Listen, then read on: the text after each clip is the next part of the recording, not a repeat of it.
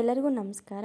ಇನ್ನೇನು ಮಳೆ ಹಾಗೆಯೇ ಚಳಿ ಶುರು ಆಗ್ತಾ ಇರೋದರಿಂದ ಈ ಸೀಸನ್ಗೆ ಒಂದು ಒಳ್ಳೆ ರೆಸಿಪಿ ಅಂತಲೇ ಹೇಳ್ಬೋದು. ನಾನಿವತ್ತು ಮಾಡ್ತಾಯಿದ್ದೀನಿ ಒಣಮೀನಿನ ಸಾರು.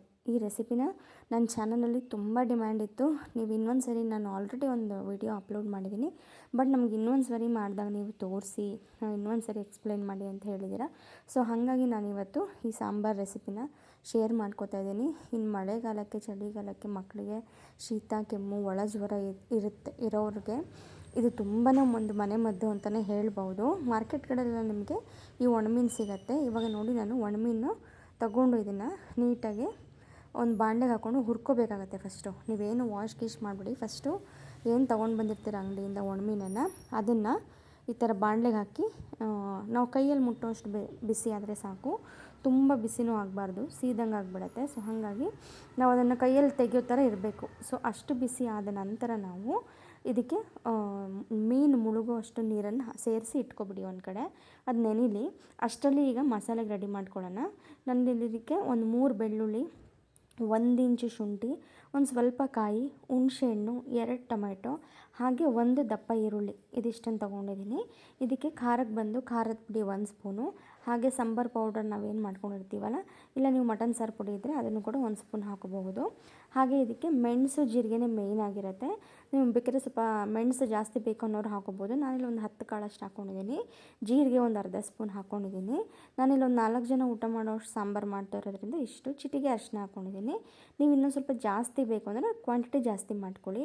ಇವಾಗ ನೋಡಿ, ನಾವು ಮಸಾಲೆ ಎಲ್ಲ ಗ್ರೈಂಡಾಗಿ ನೀಟಾಗಿ ರುಬ್ಬಿಟ್ಕೊಳ್ಳೋಣ. ಈಗ ನಾವು ಈ ಮೀನನ್ನ ನೆನೆಸಿಟ್ಟಿದ್ವಲ್ಲ ನೋಡಿ, ಈ ರೀತಿ ಮೀನಲ್ಲಿರುವಂತಹ ಕೊಳೆ ಉಪ್ಪಿನಂಶ ತುಂಬ ಇರುತ್ತೆ. ಸೊ ಚೆನ್ನಾಗೆ ನಾವು ತೊಳಿಬೇಕು. ಆಲ್ಮೋಸ್ಟ್ ಒಂದು 7ರಿಂದ 8 ಸರಿನಾದ್ರು ನೀವು ಮೀನನ್ನು ಈ ರೀತಿ ಚೆನ್ನಾಗೆ ನೀರು ಸೋಸ್ಕೊಂಡು ತೊಳ್ಕೊಬೇಕು. ನಿಮ್ಗೆ ಯಾವಾಗ ನೀರು ತಿಳಿ ಬರುತ್ತೆ, ಯಾವುದೇ ರೀತಿ ಕೊಳೆ ಕಲ್ಲು ಮಣ್ಣು ಬರುತ್ತೆ, ತಿಳಿ ಇರುತ್ತೆ, ಸೊ ಆವಾಗ ನಮಗೆ ಮೀನು ಕ್ಲೀನಾಗಿದೆ ಅಂತ ಅರ್ಥ. ಮೀನು ನೀವು ಚೆನ್ನಾಗಿ ತೊಳ್ಕೊಳ್ಳಿಲ್ಲ ಅಂದರೆ ಸಾಂಬಾರು ನಮಗೆ ಬಂದು ಕಲ್ಲು ಮಣ್ಣು ಥರ ಸಾಂಬಾರು ಸಿಕ್ಬಿಡುತ್ತೆ. ಸೊ ಊಟ ಮಾಡೋಕ್ಕೆ ನಮ್ಗೆ ಆಗೋದಿಲ್ಲ. ಸೊ ಹಾಗಾಗಿ ಮೇಯ್ನ್ ಮೀನನ್ನ ಹುರಿದು ನೀವು ಚೆನ್ನಾಗಿ ತೊಳ್ಕೊಳ್ಳಿ. ಇವಾಗ ನೋಡಿ, ನಾನೊಂದು ಪಾತ್ರೆಗೆ ಒಂದು 3 ಸ್ಪೂನಷ್ಟು ಎಣ್ಣೆ ಹಾಕ್ಕೊಂಡು ಇದಕ್ಕೆ ಒಗ್ಗರಣೆಗೆ ಸಾಸಿವೆ, ಜೀರಿಗೆ ಹಾಕೋತಾ ಇದ್ದೀನಿ. ಹಾಗೆಯೇ 1 ಈರುಳ್ಳಿನ ಉದ್ದುದ್ದ ಕಟ್ ಮಾಡಿರೋದನ್ನು ಕೂಡ ಸೇರಿಸ್ಕೋತಾ ಇದ್ದೀನಿ. ಇದೆಲ್ಲ ಸ್ವಲ್ಪ ಗೋಲ್ಡನ್ ಫ್ರೈ ಆಗಬೇಕು. ಇದಕ್ಕೆ ನೀವು ಕರಿಬೇವು ಕೂಡ ಆ್ಯಡ್ ಮಾಡ್ಕೋಬಹುದು. ನಾನು ಹಾಕಿಲ್ಲ. ಕರಿಬೇವು ಕೂಡ ಒಗ್ಗರಣೆಗೆ ಹಾಕ್ಕೊಂಡ್ರೆ ಫ್ಲೇವರ್ ಚೆನ್ನಾಗಿರುತ್ತೆ. ಸೊ ಹಾಗಾಗಿ ಇವಾಗ ನೋಡಿ, ಈರುಳ್ಳಿ ಎಲ್ಲವೂ ಕೂಡ ಲೈಟಾಗೆ ಗೋಲ್ಡನ್ ಬ್ರೌನ್ ಬರೋವರೆಗೂ ಫ್ರೈ ಮಾಡಿಕೊಂಡು, ಆ ನಂತರ ನಾವೇನು ರುಬ್ಬಿಟ್ಕೊಂಡಿದ್ದೀವಲ್ಲ ಮಸಾಲೆ, ಸೊ ಆ ಮಸಾಲೆನ ಹಾಕ್ಕೊಳ್ಳೋಣ. ಆ ಮಸಾಲೆ ಹಾಕ್ಕೊಂಡು ಮಿಕ್ಕಿದ ಜಾರಲ್ಲಿರೋವಂತಹ ನೀರು ಸೋಸ್ಕೊಂಡು, ನಿಮಗೆ ಗಟ್ಟಿ ಹೆಂಗೆ ಸಾಂಬಾರು ಗಟ್ಟಿ ಬೇಕಾ ಅಥವಾ ಸ್ವಲ್ಪ ತೆಳ್ಳಗಿರಬೇಕಾ ನೋಡಿಕೊಂಡು, ಆದಷ್ಟು ಸ್ವಲ್ಪ ತೆಳ್ಳಗಿದ್ರೇ ಚೆನ್ನಾಗಿರುತ್ತೆ. ಇದಕ್ಕೆ ರುಚಿಗೆ ತಕ್ಕಷ್ಟು ಉಪ್ಪನ್ನು ಸೇರಿಸ್ಕೊಂಡು ಚೆನ್ನಾಗಿ ಒಂದು ಸರಿ ಮಿಕ್ಸ್ ಮಾಡ್ಕೊಂಡು ನೋಡ್ಕೊಳ್ಳಿ, ಸಾಂಬಾರು ನೀರಾಗಿದೆಯಾ ಗಟ್ಟಿಯಾಗಿದೆಯಾ ಅಂತ. ಗಟ್ಟಿಯಾಗಿದ್ರೆ ಒಂದು ಸ್ವಲ್ಪ ನೀರು ಸೇರಿಸ್ಕೊಳ್ಳಿ. ಇವಾಗ ಇದು ಸ್ವಲ್ಪ ಚೆನ್ನಾಗಿ ಕುದಿ ಬರಬೇಕು. ನಮಗೆ ಆ ಖಾರದ ಅಂಶ ಎಲ್ಲ ಚೆನ್ನಾಗಿ ಹೋಗಬೇಕು. ಅಲ್ಲಿವರೆಗೂ ಚೆನ್ನಾಗಿ ಕುದಿಸ್ಕೊಳ್ಳಿ.